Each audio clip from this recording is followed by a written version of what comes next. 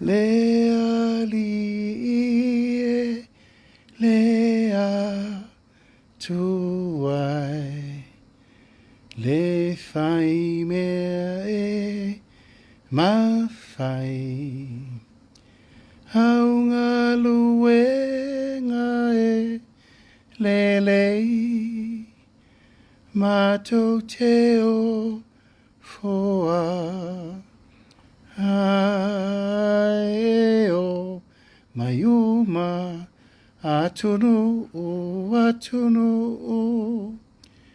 hei foia te oe awa lo malo filemu hua fa atu ina mai le tupu o le au pa ia le tupu e o la he tonu mau mau sali o ai sena te vivi hi e o maiuma atunu hei foia te oe aua lo malo filemu ua fa atu ina mai fatalo fatu le ngang fa lalo mai mo mai fo isi o tatu watunu le nei fo i vaenga le nei aso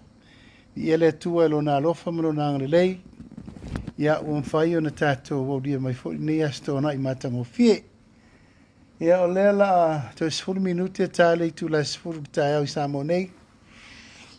wa uswa i mai fo le ofisa fa solo ngal vengo nei aso e sfuru mon tupu na appointment wala fine fa taunu ina ile nei vai aso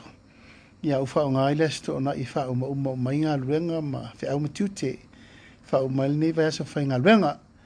ia fa talo fatu le nga fa lo mo le va no o si o official nei o official pale bia tonu le tato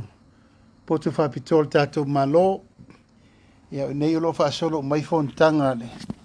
fe lo inga ia ai mai se malo mai fafo o ata umana o fionga i pāne mia, ata o veina foti tūlanga o tātou whainga malo. Ia, mare potu o lea na o maita pena, ia o walfa a moe, ia o le tau o veina le ofisa o le taita inga o si tātou malo. I nei le maota i matangi e le lua. Ia o manatu e re amatanga luenga ma fotua i foile nei tai au mga luenga e o folo fatu ma whatalo fatu i le. Mai mo mai fo isi o tātou atano.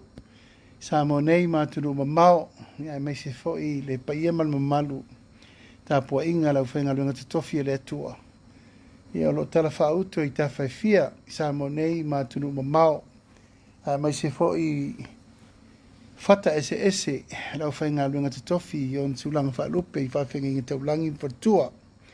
Mai se fo tā pua inga mau a inga matama, tama ma inga le usonga tu mo mapule, tu au mala taua ai ngai tai ma va a fonti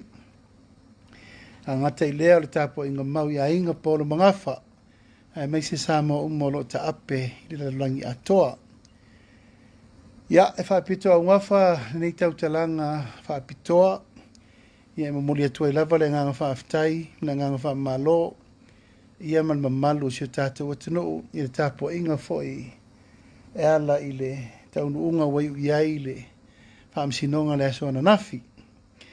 E velo leo, fai mafonga tau momori o mato uma, ia sa a fia nei mta upu. Na fionga ia pulea i fai matasua, le tofa ia la vea, li o andumalama, ia meise le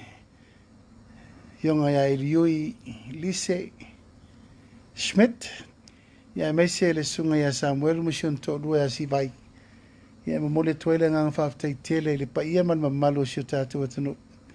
ia sa autou fesoasoani mai saʻiliga seleni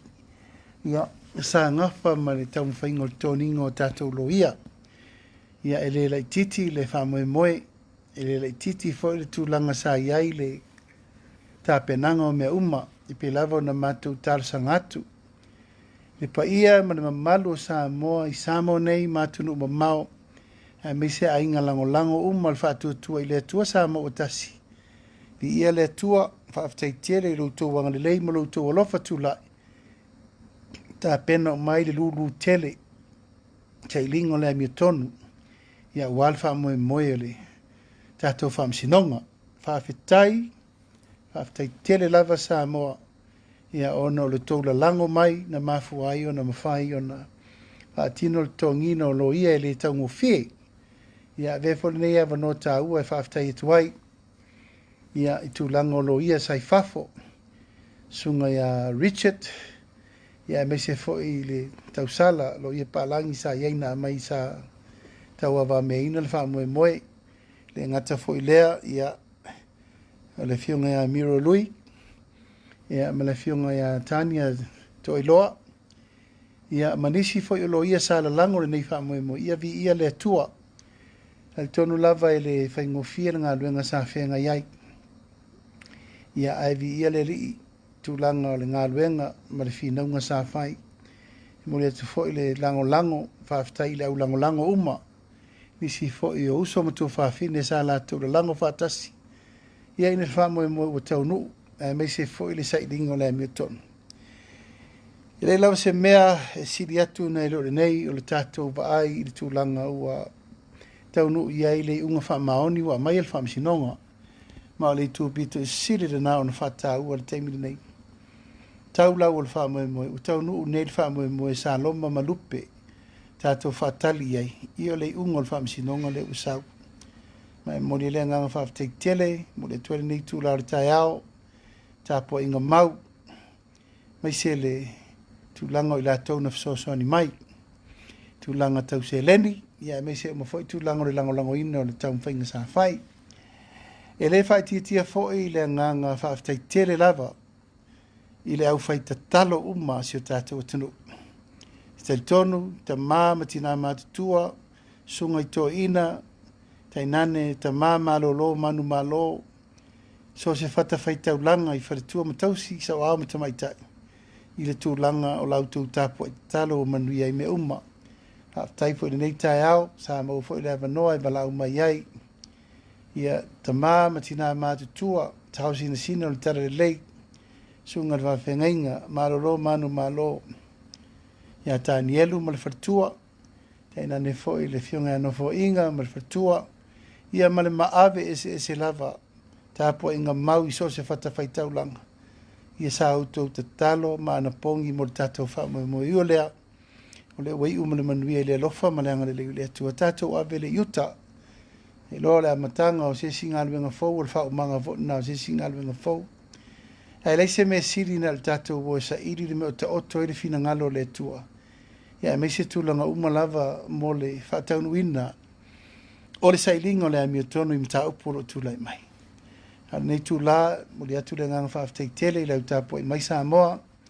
me se foi fa fonga tapo e mai si tato tunu i tafa fio le lanki ya sanga i mai ala i o ayurtai papa velo le valawina wale tunu ya me se foi me uma lava o lo fa solo ai tau manga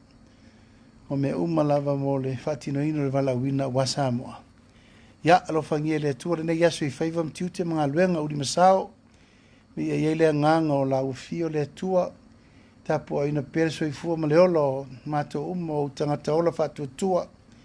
ia mato sava vali pele ala upomoni ma leola tau avele mato vala wina wale tunu ia alofa tele atu sa moa ma duia faiva le nei yaso la tato felongo na i pele alofa ma leanga le le tua i lona alofa si ese fawa wina i pea tato vala wina ma le tato savalinga ma nuia le fai ungo le nei vai yaso o te alofa tele atu Pasoifoia mai emanuia. God bless everyone. God bless Samoa. Soifoia.